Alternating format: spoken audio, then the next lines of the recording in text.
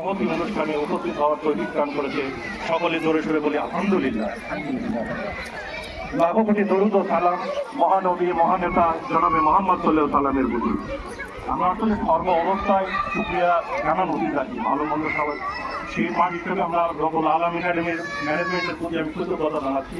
এরকম একটা গ্রাম্য অঞ্চলে এরকম মানসম্মত একটা প্রতিষ্ঠান এখানে প্রতিষ্ঠা করেছে, সেই জন্য আমি আমার অন্তঃস্থল থেকে ধন্যবাদ জ্ঞাপন করছি। দ্বিতীয় ধাপে আমি কথা বলতে চাই আমাদের অভিভাবকের। দেখুন, আপনারা একজন ফ্রান্সের জেনারেল, নাম হচ্ছে নেপোলিয়ান বোনাপার্ট। ওনার একটা উক্তি আপনারা শুনেছেন কিনা, get me an educated mother, I will get you an educated nation. অর্থাৎ আপনি আমাকে একটা শিক্ষিত মা দেন, আমি আপনাকে একটা শিক্ষিত জাতি দেব।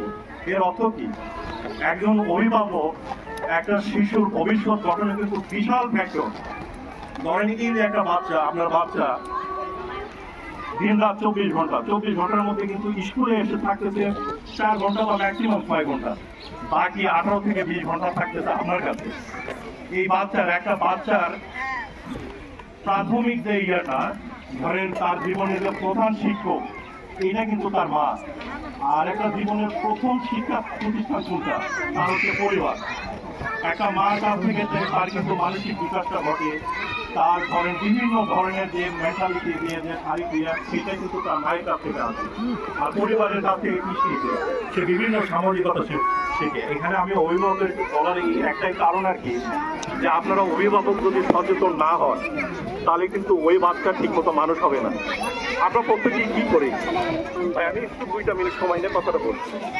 ধরেন আমরা যদি একটা বাড়িও প্রস্তুত করতে যাই, আমরা কিন্তু আগে প্রথমে প্ল্যান করি যে আমরা বাড়িটা কিভাবে করবো। এই বাড়িটা কি 1 তলা করবো, 2 তলা করবো, 3 তলা করবো না 4 তলা করবো। যখন বাড়িটা আমার 1 তলা করবো, তখন কিন্তু আমার ভিত্তি অত শক্তিশালী দেওয়ার দরকার নাই। কি দরকার আছে? আমি যদি বাড়িটা, ওই বাড়িটা কি টিকসই হবে?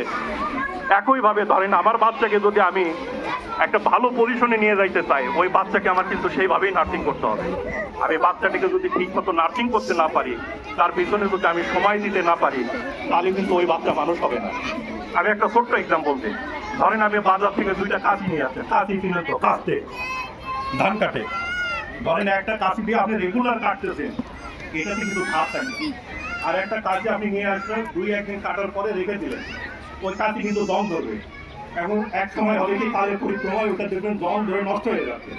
তো আল্লাহ পাক যখন দুনিয়াতে আপনাদের মানব সন্তান দুনিয়াতে পাঠান, তারও ব্রেন কিন্তু কম বেশি করে দেয় না, সবারই সমানভাবে দেয়। আল্লাহ পাক ওইরকম বৈষম্য করে না।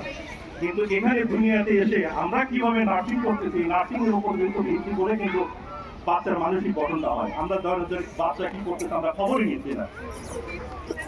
আবার কিছু বাচ্চা আছে যেখানে বাচ্চা থেকে অভিভাবক সচেতন রয়েছে, এই বাচ্চা কিন্তু পড়াশোনা হয়, এই বাচ্চা কিন্তু অনেক দূরে যায়। তো এখন ধরেন আমরা স্কুলের উপর আমরা যারা অভিভাবক মনে করতেছি যে আমরা এখানে একটা ভালো প্রতিষ্ঠান হয়েছে, আমরা বাচ্চাদের তো ভালো প্রতিষ্ঠানে দিয়েছি, এখানে তো যাবতীয় দায়িত্ব শিক্ষকদের, তাহলে এখান থেকে তো আমার বাচ্চাটা ভালোভাবে মানুষ হবে। আসলে বিষয়টা ওরকম না। আমরা যারা অভিভাবক আমাদেরকে সচেতন হতে হবে। এটা গেল অভিভাবকের পর। আমি এখন শিক্ষা প্রতিষ্ঠানের যে শিক্ষক মন্ডলগণ আছে, এখানে যে ম্যানেজমেন্ট আছে, আমি ইনাদের প্রতি কয়েকটা কথা বলে আমি আমার বক্তব্য শেষ করি। দেখুন, আমরা কিন্তু আমাদের জীবনের সবচেয়ে মূল্যবান সম্পদ কিন্তু আপনাদের এখানে দিয়ে দিচ্ছি। হ্যাঁ, হয়তো তার বিনিময়ে আপনাদের যেটুকু পারিশ্রমিক আমরা দিচ্ছি, এটা কিছুই না।